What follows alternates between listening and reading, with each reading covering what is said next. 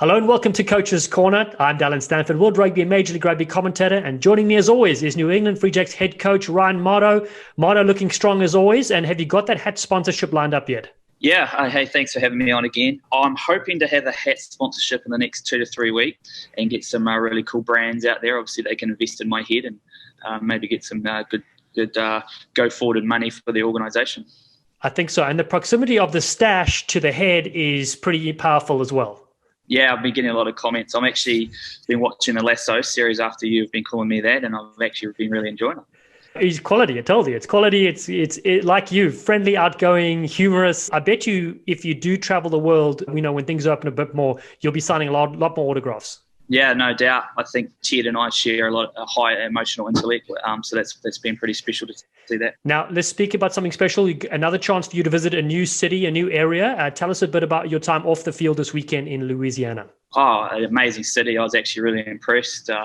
Really easy to get around and they're very hospitable. We went out for a management meal to a very nice seafood place, and I tried some alligator bites, which was very memorable. Yeah, no, I was really impressed. It's a cool city. Awesome. Okay, well, let's review the clash against Nola at a waterlogged gold mine stadium. Yes, so as you can see, the underfoot conditions were pretty tough, and well done to Nola that they kind of stung us pretty early on and got a nice penalty. Then that ground drive that they put on us to put it up 8-0.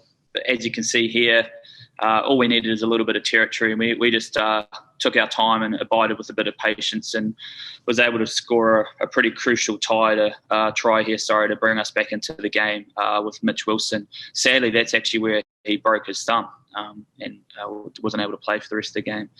Here was just another week continuation of our specials we've been working pretty hard on. We saw a little bit of a chink in their armour, so we put a little special together to give Dougie Fife some easy run meters. I think he's topping the competition there. This is a pretty crucial try, actually, just obviously you can see just before half-time, and pretty crucial in terms of the game, I believe, for them to score then and give them the lead going into half-time. But you can see here we put a really good drive on straight after half-time, and from this John Pollin's able to manipulate the defence. He makes a pretty good read after we've sucked them in from that good maul there and goes over pretty comfortably to give us potential to obviously go on. And we needed to score again after that. And obviously we turned the ball over here, which once again led to a very interesting try from Nola in the corner there. Which I think that was essentially the winning of the game, because then we had to chase it a little bit.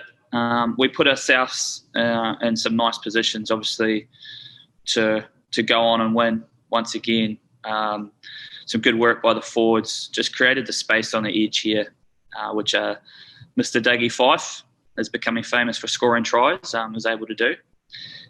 This is really disappointing try from our aspect. Obviously, Nola just goes straight through the middle, through the heart of our defence, which was really disappointing for us. And I know the team were gutted to score a try, have a try like this scored against us. And it was just more that we're in a tit for tat, really, in terms of scoring, and then they scored on us. We needed to get in a situation where we made 2 scores in a row, and I think we would have controlled the game from there. But as I've mentioned in previous interviews, Free Jacks isn't a team to put up the white flag. We'll keep scrapping and fighting right to the last minute, and that says a lot about our culture that we have in our team. It's very strong. There's a really good brotherhood, and you can see here we put ourselves within 1 point of being able to win that game.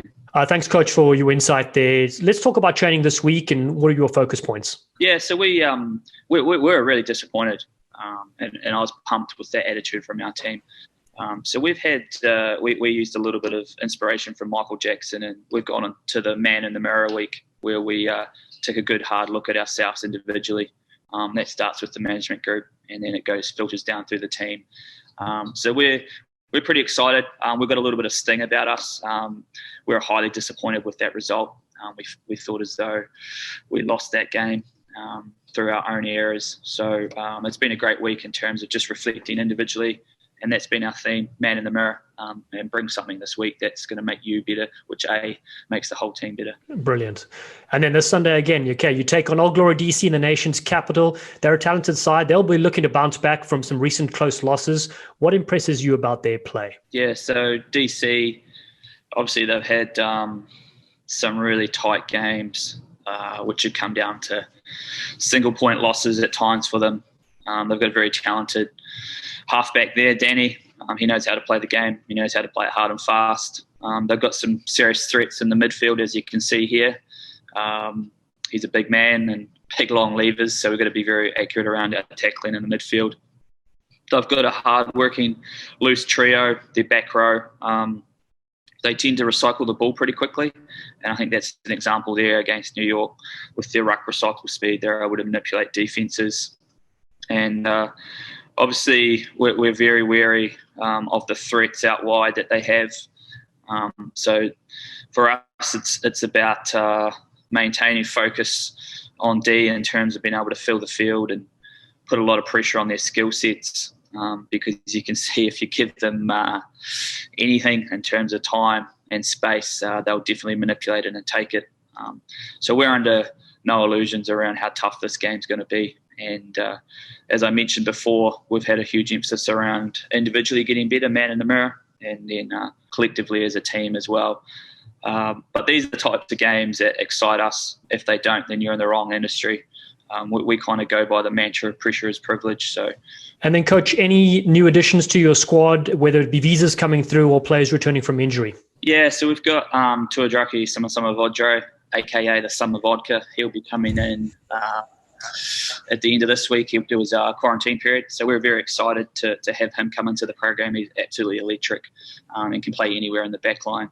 And we're pretty excited. Obviously, we announced earlier in the week around Nalu, the tap dancer, Fusamalihi. He's just in his quarantine period now. We're pretty excited to bring the 140 kgs out and get him dancing in our trainings. And he just wants to be a sponge and learn as much as he can. He's got crossover athlete all over him, brilliant attitude. So I'm actually pretty excited about what the big tap dancer is going to bring to our program. And are these nicknames you've given this week, the Summer Vodka and the tap dancer? Yeah, so I think the Summer Vodka just suits Tuadraki. He seems like a pretty relaxed guy and seems to enjoy the sun, so it kind of fit in quite nicely with him. And I was when I saw the footage of Nalu, he sent some footage to us to see if we'd be interested in him. And the first thing that caught my eye was how light he was on his feet for 135, 140 kg man. So hence the name, the tap dancer. Brilliant, motto, absolutely brilliant. And then lastly, speaking of the nicknames, I asked some of the players about your nickname, Muscle Man. They haven't a clue. They think you made it up. So give us a bit of background there. No, sadly, Dallen, the nickname came from the management staff. I know the players tend to call me the old master, so I'll take either one of those. Love it. Absolutely love it. Okay, good. Fans can visit the Rugby Network and freejacks.com to keep updated by Major League Rugby. They can grab their tickets and merchandise to support the Free Jacks. Motto, enjoy your visit to the nation's capital. Your muscle flexing sensation. Thank you very much.